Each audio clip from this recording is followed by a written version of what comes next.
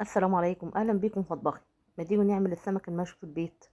هنعمله في فرن بوتاجاز وعلى شبكه وبدون دخنه، وهنعمله برده كمان من غير ما ندخن ومن غير ما نقلب المطبخ ريحه شوي ودخان، بطريقه سهله وبسيطه قوي. مش هياخد وقت تماما، واوعدكم ان انتوا هتاكلوا سمك مشوي احسن من اللي هتجيبوه من بره. واوعدكم كمان، وان شاء الله هتقولوا لي في الكومنتات مش هتشتروا سمك مشوي تاني خالص. بجد بجد اطعم من اللي بتجيبه من بره، ولذيذ جدا وتحفه، ما خدش مني وقت والله. التتبيله تحفه تحفه تحفه. شايفين لونه عامل ازاي؟ وكان نفسي او ادوقكم طعمه. طعمه خطير، مستوي ما شاء الله عليه، وطري وجوسي، مش ناشف ولا حاجه. يلا بينا على المقادير والطريقة.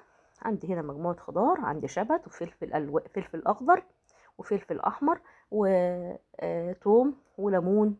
وعندي السمك، جبت سمك بوري، خليت الراجل نضفهولي وأنا عدت غسيله وصفيته كويس من المية. هنا هفرم كل الخضار اللي عندي، احطهم كلهم في الكبة واعصر عليهم ليمون واحط عليهم خل. بهاراتنا بسيطة، شوية فلفل اسود، كمون، شوية كزبرة، ملح طبعا، وهنديها شوية بابريكا تديها لون حلو. الخضار في الوقت ده انا مش هفرمه جامد، انا هجرشه جرش خشن. تمام. في المرحلة دي هاخد منه وهحشي السمكة، بس مش هحشيها كمية كبيرة، مجرد حاجة بسيطة. ولعت الفرن طبعا، هو هنشويها تحت الشواية، بس انصحكم لازم تشغلوا الفرن. بدون الفرن مش هيستوي. فنشغل الفرن، ولما نيجي ندخله على الشبكة نشغل الشواية. هنا جبت صينية وعليها شبكة، ممكن نحطه في الصينية مباشرة، مش لازم شبكة، انا عملته قبل كده. بعد ما حشيته هبدره كويس بالردة، ويستحسن، انا كنت جففته كويس قوي، فالردة ما مسكتش فيه. يستحسن يكون مندي عشان الردة تمسك فيه بطريقة كويسة وكمية كبيرة. انا ببدره من جميع النواحي واحطه على الشبكة. تمام. وزي ما قلت لكم ما نكتروش الحشوة اللي في القلب. بعد كده هديله رشه، ويستحسن ان احنا نزود الملح شويه في الخلطه. هديله رشه كده من الزيت وادخله بقى على الشبكه، والشبكه تكون قريبه من الشعله، واولع الشعله. يبقى الفرن والع من قبلها بحوالي 10 دقايق. وبعد ما ادخله هشغل الشوايه.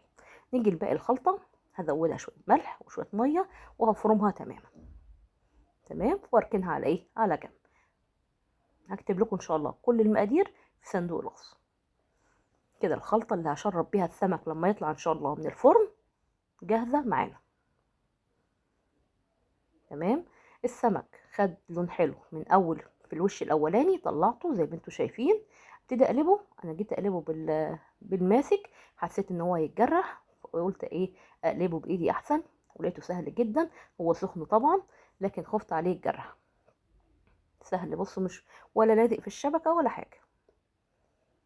ما شاء الله خد لون حلو من الوش الاولاني، قلبته على الوش التاني، وهديله برضو رشة من الزيت كده، وادخله برضو على الشبكة. خد تقريبا ربع ساعة على كل وش. الفرن ساخن، وقلت لكم زي ما شغلت بعد ما دخلته شغلت الشواية. بعد ربع ساعة التانية اهو الوش التاني خد لون حلو، والسمك استوى ما شاء الله، لونه تحفة من غير الخلطة حتى، تحفة ما شاء الله. متهيألي لو هنجيبه من بره مش هيبقى بالجمال ده. ابتدي بقى اشيله من الشبكة واحطه في طبق التقديم عشان احط عليه الخلطة بتاعتنا. حطيته في طبق التقديم، هو لسه سخن طبعا. احطه عليه الخلطه عشان وهو سخن يشرب التتبيله بتاعت الخلطه دي. ابتدي بقى اسقسق كده كل سمكه معلقتين 3 من الصوص، والباقي هوزعه على على السمك كله. في ناس الخلطه دي بتخليها سايله قوي وبتغمر فيها السمك، انا مش بحبها كده الصراحه. جربوا السمك بالطريقه دي وبالمقادير دي والوصفه دي، وان شاء الله ان شاء الله مش هتجيبوا سمك من بره ابدا. اعملوا بقى شوية حركات كده للتزيين، قطعة من الليمون، شوية بقدونس، شوية شبت، يعني نغير المنظر. العين بتاكل قبل الفم زي ما بيقولوا. يعني احنا ممكن 10 كيلو سمك مش هياخد مننا ساعة في في الفرن، ناخد بالكتير ساعة ونص، 10 كيلو سمك. جربوا الطريقة دي وإن شاء الله تعجبكم. كلها بقى جنب رز، جنب عيش، في الحالتين حلو. أنا عملت جنبهم شوية رز أبيض وشوية سلطة بطاطس مخللة وسلطة طحينة، وما شاء الله كانت وجبة لذيذة جدا، وتعتبر مش مكلفة. لو هنشتريها من بره بالحاجات اللي حواليها دي هتبقى غالية جدا. جربوا الطريقة دي إن شاء الله تعجبكم، واشوفكم في فيديو جديد، واسيبكم تتمتعوا شوية بالايه، بمنظر السمك وحلاوته وشكله الجميل ما شاء الله. اشوفكم في فيديو جديد. باي باي.